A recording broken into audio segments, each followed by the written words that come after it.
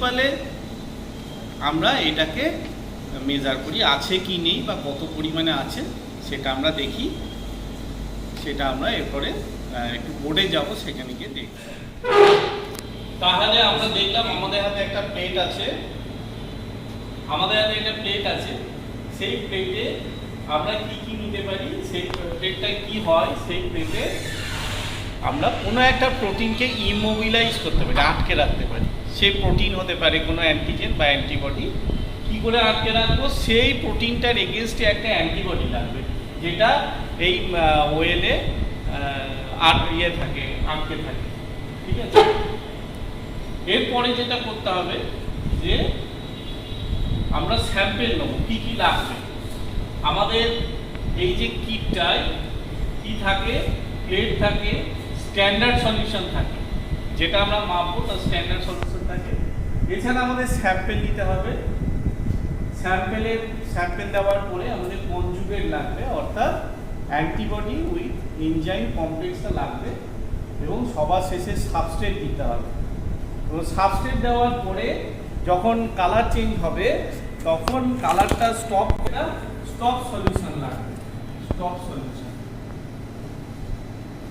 Stop সলিউশনে generally acid থাকে, যেটা রিঅ্যাকশনগুলোকে stop করে দেয়, যাতে ইউনিফর্ম রিঅ্যাকশন বা কালার ডেভেলপমেন্ট হয়।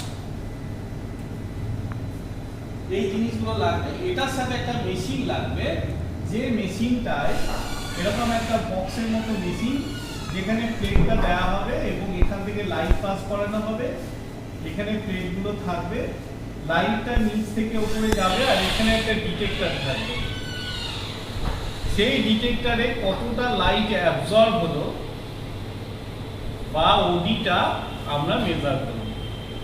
এই মেশিনটাকে বলা হয় এলাইজার রিডার। এছাড়া এলাইজার রিডারের সাথে এখানে একটা মনিটর থাকে, আমরা মেশিনটা পরে দেখিয়ে দেবো। এখানে একটা মনিটর থাকবে, এখানে একটা কিবোর্ড থাকবে, যাতে করে আমরা বিভিন্ন প্যারামিটার এখানে সেট করতে পারবো। এটা হচ্ছে রিডার। এর সাথে আরেকটা মেশিন থাকলে ভালো হয়, সেটা হচ্ছে এলাইজার ওয়াশার। আমাদের যদি ওয়াশার না থাকে, আমাদের হাতে করে এটা ওয়াশ করতে হবে। এবং এগুলোর সাথে আমাদের কিছু টেস্ট টিউব লাগতে পারে, কিছু পাইপেট লাগতে পারে। ঠিক আছে, এগুলো লাগবে। কিছু বিকার লাগবে, এগুলো লাগতে পারে, মেজারিং সিলিন্ডার লাগবে।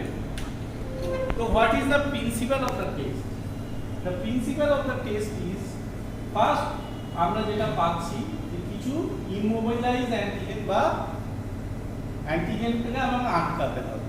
দ্য প্লেটটাতে কি থাকে? অ্যান্টিবডি থাকে। এবং আমরা যখন সিরামটা দেবো বা স্যাম্পেলটা দেবো, suppose this antigen is TSH, thyroid stimulating hormone. এটা একটা প্রোটিন। তাহলে এটাকে আটকাতে গেলে কি করতে হবে? TSH এর এগেইনস্টে আমাকে অ্যান্টিবডি জেনারেট করতে হবে। কি করে পাবো? না, আমরা যদি TSH প্রোটিনটা কোনো একটা র্যাবিট বা র্যাটকে দিই বা হর্সকে দিই, তাহলে ওর শরীরে এই অ্যান্টিবডিটা ডেভেলপ করবে। অথবা আমরা জেনেটিক ইঞ্জিনিয়ারিং এ এখন হচ্ছে, সেইভাবেও অ্যান্টিবডি পেতে পারি। ঠিক আছে, তাহলে এই প্লেটগুলোতে এগেইনস্ট অ্যান্টি-TSH অ্যান্টিবডি আছে, that is the capturing antibody। এবং আমরা যখন স্যাম্পল দিচ্ছি তার মধ্যে এটা কিন্তু অ্যাটাচ হয়ে যাচ্ছে। ঠিক আছে, এটা হচ্ছে first step. This is the first step. What is the second step? Second step is to add the conjugates. What is conjugates? Conjugates is again a antibody which is attached with some enzymes, that may be a Force-Redis peroxidase or alkaline phosphatase. Force-Redis আমরা জানি কাকে বলে। Force-Redis কাকে বলে? Probably এটা হচ্ছে ক্যারোস। তাই না? না ইয়ে মূলো, আমরা যাকে বাংলায় মূলো বলি, হর্স রেগলস, radish peroxidase and or alkaline phosphatase. So these antibody is conjugated with enzyme, so we call it a conjugate. This is the second step. And after adding that we have to wait for some time. আমাদের কিছুক্ষণ অপেক্ষা করতে হবে যাতে পুরোটা লেগে যায়। এরপরে আমরা কি করব? ওয়াশ করব যাতে এক্সেস প্রোটিনগুলো বেরিয়ে যায়। ফার্স্ট স্টেপের পরেও আমাদের কিন্তু ওয়াশ করতে হবে, এখানেও কিছুক্ষণ অপেক্ষা করে ওয়াশ করতে হবে, কনজুগেট অ্যাড করেও কিছুক্ষণ পরে ওয়াশ করতে হবে। তাহলে এখানে আমরা কি তারপরে পাবো? এখানে পাবো যে একটা অ্যান্টিবডি, একটা অ্যান্টিজেন, একটা অ্যান্টিবডি অ্যাটাচ উইথ এনজাইম, এবং সেখানে সাবস্ট্রেট অ্যাড করতে হবে। এরপরে third step is adding substrate. তো হোয়াট ইজ সাবস্ট্রেট? না যে পারক্সিডেশন অর ফসফেটেজ অ্যাক্টিভিটি করে কালার ডেভেলপ করবে, কালার, ঠিক আছে? And fourth step is stop solution.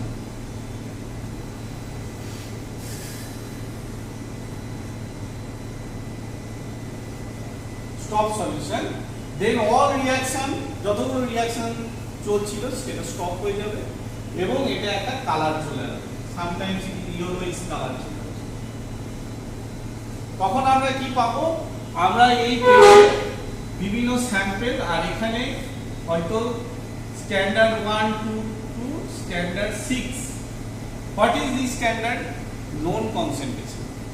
আমাদের কিছু নোন কনসেন্ট্রেশন লাগবে যার কালার আমাদের জানা থাকতে হবে, এবং সেই কনসেন্ট্রেশনটা ইনক্রিজিং বা ডিক্রিজিং হতে পারে।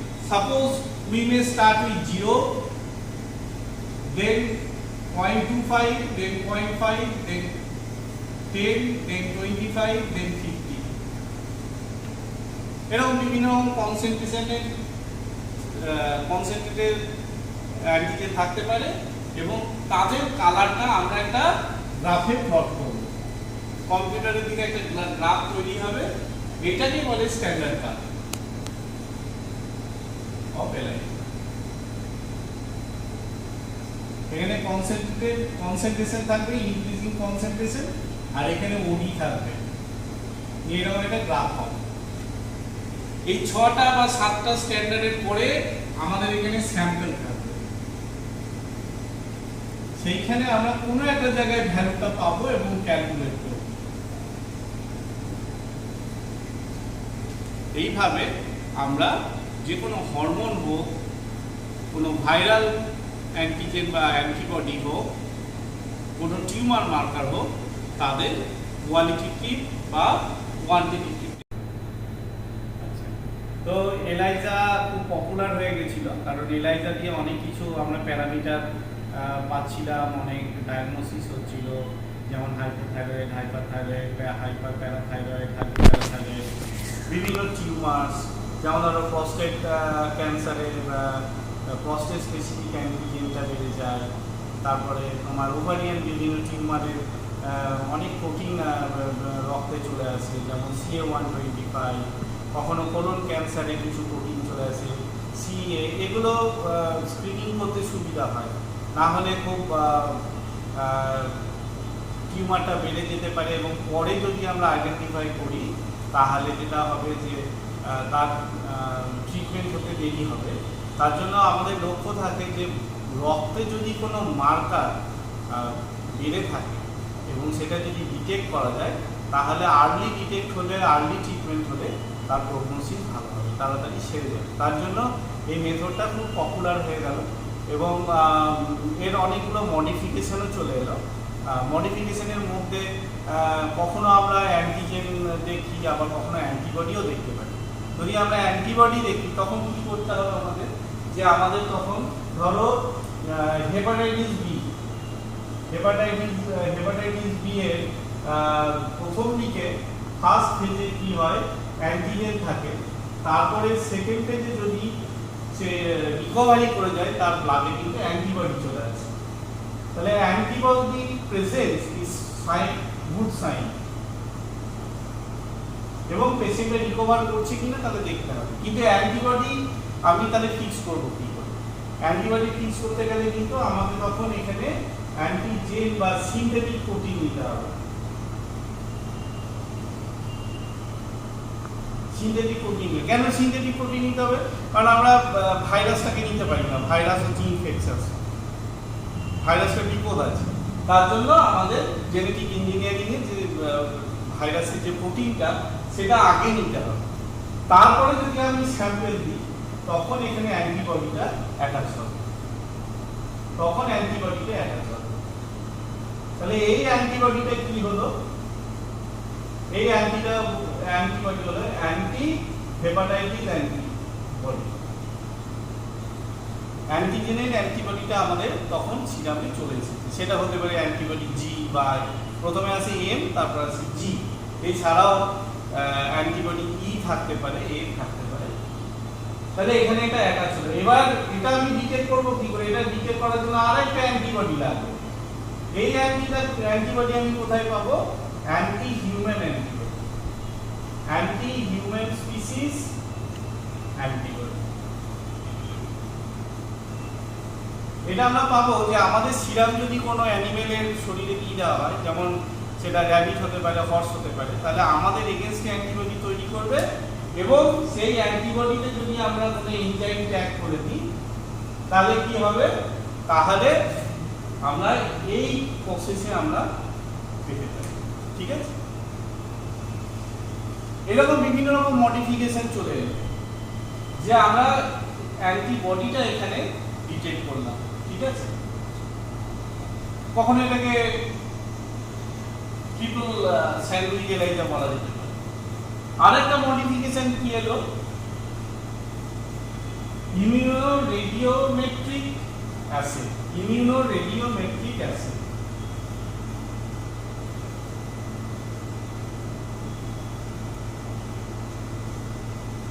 কি হবে? এখানে যখন আমি অ্যান্টিবডিটা অ্যাড করছি এখানে, তখন তার সাথে একটা রেডিও অ্যাক্টিভ সাবস্টেন্স দেওয়া যেতে পারে।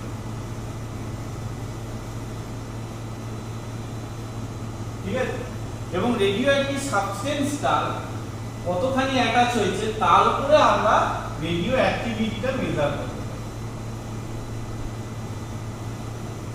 এটা হচ্ছে আরেকটা টাইপ। ঠিক আছে, সেই টাইপটার নাম হচ্ছে ইরমা, ইমিউনোরেডিওমেট্রিক অ্যাসিড। ঠিক আছে, এরপরে সবাই ভাবলো যে আমরা তো এটাতে ন্যানো লেভেলে দেখতে পাচ্ছি, যদি আরো কম প্রোটিন থাকে সেটা কিভাবে আমরা আইডেন্টিফাই করব? কিছু প্রোটিন আমাদের শরীরে খুব কম থাকে, তখন একটা টেকনিক বেরোলো, সেটাকে বলা হচ্ছে কম্পিটিটিভ এলাইজার। কেন কম্পিটিটিভ এলাইজার? না, আমি যখন প্লেটের সাথে এখানে কোনো অ্যান্টিজেন ফিক্স করব, তার অ্যান্টিবডি হিসাবে আমরা একটা নোন অ্যান্টিবডি নেব, নোন অ্যান্টিবডি কনসেন্ট্রেশনের নেব। Suppose it is 100%। এটা কিন্তু পেশেন্টের সিরাম না, এটা হচ্ছে সিনথেটিক অ্যান্টিবডি যে 100% অকুপাই করবে। কিন্তু এর সাথে যদি আমি পেশেন্ট সিরাম মিশিয়ে দিই, স্যাম্পেল মিশিয়ে দিই, তাহলে কি হবে? আমাদের এই সাপ্লাই সিনথেটিক অ্যান্টিজেন বা অ্যান্টিবডিটা 100% অ্যাটাচ হতে পারবে না, তার সাথে কিছুটা স্যাম্পেল লেগে যাবে এবং কালার কিছুটা কম আসবে, কালার কমতে শুরু করবে। তাহলে কি হচ্ছে? এখানে স্যাম্পেলের অ্যান্টিজেন বা অ্যান্টিবডিটা আমাদের সিনথেটিক অ্যান্টিজেন বা অ্যান্টিবডির সাথে কম্পিটিশন করছে এবং ওকে বাইন্ড করতে দিচ্ছে না। তার মানে যদি পেশেন্টের স্যাম্পেলে অনেক কম থাকে তাহলে আমরা কিন্তু কালারটা অনেক হাই পাবো, আর পেশেন্টের স্যাম্পেলে যদি অ্যান্টিজেন অ্যান্টিবডিটা অনেক বেশি থাকে তাহলে কালারটা অনেক কম পাবো। এটা হচ্ছে কম্পিটিটিভ এলাইজার। এটা অনেক সময় ফ্রি T4 এর ক্ষেত্রে করা হয়। তখন আমাদের যে গ্রাফটা আমরা পাই ডাউনওয়ার্ড কার্ভ, অর্থাৎ আমাদের নোন অ্যান্টিজেনটা কমে যাচ্ছে, যেটা আমরা সিনথেটিক অ্যান্টিজেন দিয়েছিলাম তার কালারটা কম আসছে। এটা এক ধরনের। আরেক ধরনের মডিফিকেশন হলো এনহ্যান্সড এলাইজা। এনহ্যান্স কেন না, যখন আমরা অ্যান্টিজেনের সাথে অ্যান্টিবডি লাগাবো তখন এখানে বায়োটিন এন্ড অ্যাভিডিন দিয়ে দেবো। এই অ্যাভিডিনের সাথে এনজাইম থাকবে এবং এই অ্যাভিডিনের ক্যাপাসিটি হচ্ছে তার মাল্টিপল ভ্যালেন্সি আছে। অর্থাৎ এখানে যেমন একটা অ্যান্টিবডির সাথে একটাই এনজাইম আছে, এখানে বায়োটিন অ্যাভিডিন সিস্টেমে মাল্টি পোটেনশিয়াল আছে, অনেকগুলো এনজাইম লাগতে পারে। তার জন্য কি হচ্ছে, এনহ্যান্স হচ্ছে, কালার এনহ্যান্সমেন্ট হচ্ছে, তার জন্য এটাকে বলা হচ্ছে এনহ্যান্সড এলাইজা। এইগুলো অল্প করে জেনে রাখলে ভালো, কারণ আরো অনেক ধরনের ভ্যারাইটি আছে। তা আমাদের 4 ধরনের ভ্যারাইটি আমরা প্রথমে বুঝবার চেষ্টা করব। তাহলে আমি সাম আপ করে দিই যে আমরা অ্যান্টিজেন অ্যান্টিবডি রিঅ্যাকশনে যেটা আমরা ডিটেক্ট করি সেইটাই হচ্ছে, এবং সেই অ্যান্টিবডির সাথে যে এনজাইম আছে তার প্রপার্টিটা কাজে লাগিয়ে আমরা এলাইজা ডিটেক্ট করি। আমাদের স্যাম্পল হিসাবে অ্যান্টিজেন বা অ্যান্টিবডি থাকতে পারে, সেই অ্যান্টিজেন বা অ্যান্টিবডিটা আমরা কোনো একটা প্লেটে ওয়েলে আমরা প্রথমে ইমোবিলাইজ করি, তারপর তাকে অ্যান্টিবডি দিয়ে ট্রিট করি, সেই অ্যান্টিবডিতে এনজাইম কনজুগেশন থাকে, তারপরে আমরা সাবস্ট্রেট দিই, সাবস্ট্রেট দেওয়ার পরে ওয়েট করলে কালার আসে, আমরা স্ট্যান্ডার্ড করে রাখি, অর্থাৎ নোন কনসেন্ট্রেশনে কি কালার এলো সেটা দেখি, এবং লাস্টে আমরা স্টপ সলিউশন দিয়ে সব রিঅ্যাকশন স্টপ করে একটা কালার আনি, তারপরে আমরা সেটাকে এলাইজা রিডারে অপটিক্যাল ডেনসিটি দেখি এবং আমরা ক্যালকুলেট করি যে কোন ধরনের অ্যান্টিজেন বা অ্যান্টিবডি প্রেজেন্স আছে অথবা কতটা অ্যামাউন্টে আছে। ঠিক আছে, দেখে নিন কেমন আছে। শেষ করে দেবো স্যার। হ্যাঁ।